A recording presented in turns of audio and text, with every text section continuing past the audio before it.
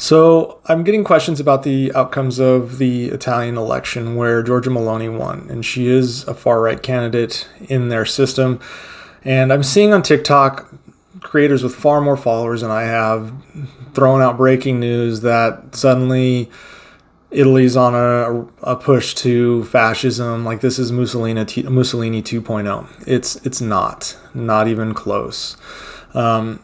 Yes, when Putin won his fourth term in 2018, Giorgia Meloni, who is going to be the prime minister of Italy, called Putin and congratulated him. She went on the record in the media and said the will of the people, the Russian people in these elections is unequivocal. So she supported Putin. And you don't want to look like you've supported Putin. That remark obviously resurfaced in recent weeks as a campaign message against her. She was shown as a Putin apologist and supporter. Her main opponent, Enrico Letta of the center-left Democratic Party, used it against her. And that's what happens in politics. Everything you say can be used against you in politics, no matter of what the context was. Now, obviously, she was supporting Putin here, but he comes out and said that he is fighting for an Italy that will be the heart of Europe. On the international stage, those who would be happiest if Giorgia Meloni won would be Donald Trump, Vladimir Putin, and in Europe, Viktor Orban. Now, I think that's true. They would be happy, but it's not like this is some absolute Italy is now so pro-Moscow they'll go to war with them. And her congratulations to Putin was 4 years ago, and a lot has changed.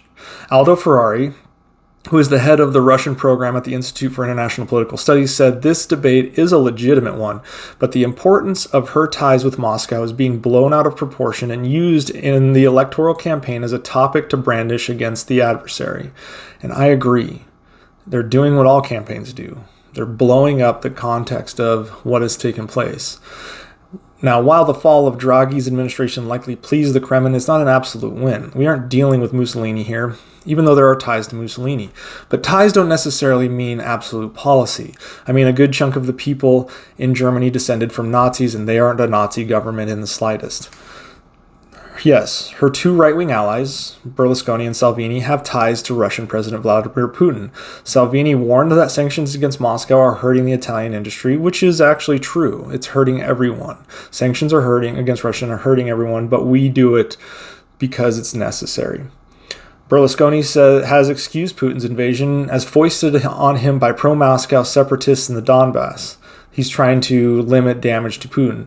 But Salvini won only 9% of the vote. Berlusconi only won 8% of the vote. And since a lot of the atrocities have come out, both have distanced themselves publicly from Putin's invasion. Now, Meloni is somewhat of an anti-EU candidate. She's called a Eurosceptic, but she relies on the EU for funding. Italy secured $191 billion in aid from the EU over COVID and other timeframes so that they can continue to operate. That said, Meloni has criticized the EU wanting to hold back $7.5 billion in funding to Hungary because the EU is concerned about Viktor Orban's backsliding away from democracy. That's valid, but she does support it in that regard. But again, I don't think that's a tacit support for Putin in that situation. And that's where I see her falling, though, in the political spectrum. She is left of Orban, I think. Orban is more right-wing than her in Hungary. I think she falls somewhere between Boris Johnson and Viktor Orban on the European political spectrum. Now, sure, her party has neo-fascist roots, and that should not be dismissed. But what is ultra-right-wing in the context of Europe is not the same as what it is in the United States. Their far right is more moderate than the U.S. far right. And her party only won 26% of the vote. And it was only because it was a part of a coalition that maintains a large center-right following. The right wing in general only won 44% of the vote. And this was based on historically low voter turnout, in which pollsters suggest that voters just stayed home in protest because they're disenchanted by the backroom deals that have created the government they're in right now. Her big advantage in this situation was that the three right-wing parties came together to elevate her, whereas her opponents on the left and the center didn't have a common position and therefore stood against her separately. So she obviously won the majority of the Italian vote in that situation, but the majority of the Italian population either disagrees with her or isn't entirely convinced of her leadership. So Mussolini can't get a wild hair and suddenly declare a dictatorship. While right-wing parties in the past have found an ally in Russia on positions such as national sovereignty, this current political climate is hugely different. Putin is poison to the point that even Orban in Hungary is falling in line with the European Union and NATO on United Nations votes against Russia. Meloni's rise instead has come from not a stance on Russia, but her stance domestically. Anti-vaccine mandates, her Italy first economic stance, her anti-immigrant stance that she shares with coalition partners, but she's not even as hardline anti-immigrant as one of her other partners, which is Salvini, who is 100% against immigration. Now, Meloni obviously has said that we need to limit, not we, but they need to limit the influx of African immigrants coming into Italy to the point of even blockading boats coming in that way. But Salvini, being the hardliner, could only muster 10% of the vote. Hell, Berlusconi, who is the furthest right, is absolutely a Putin supporter, and he was prime minister for 6 years in Italy, and even then Italy wasn't on the march towards warhawk fascism.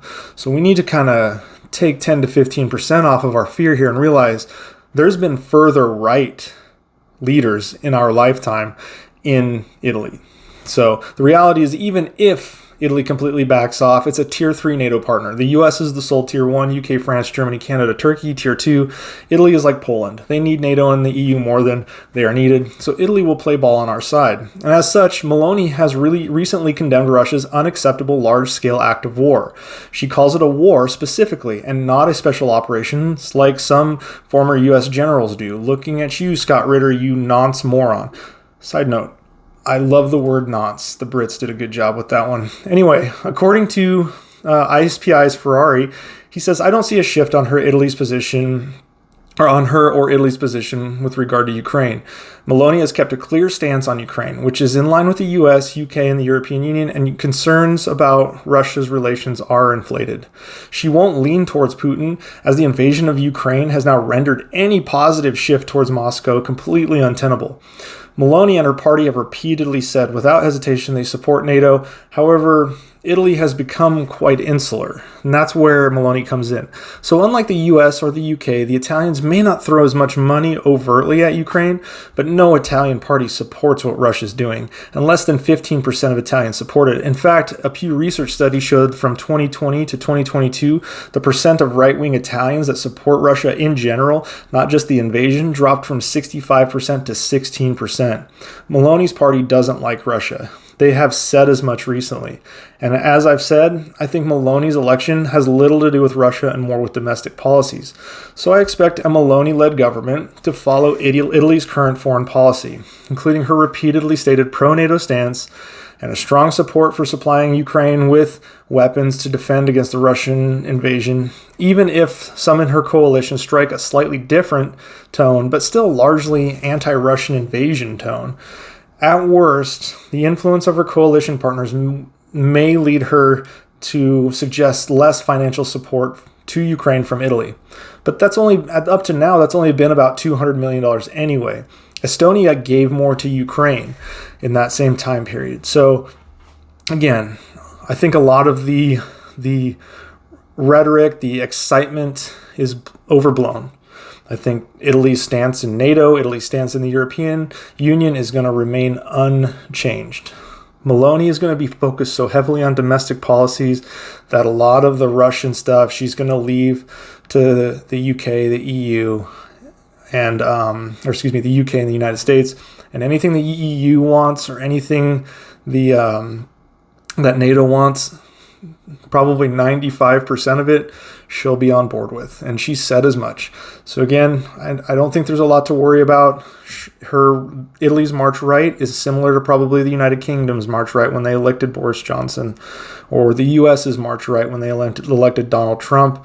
That pendulum swings back, and we have Biden, we had Boris Johnson removed, etc. This is not Hungary. This certainly is not Mussolini 2.0, and it certainly isn't a Vladimir Putin puppet state. So we can take a step back and take a deep breath, and everything's good.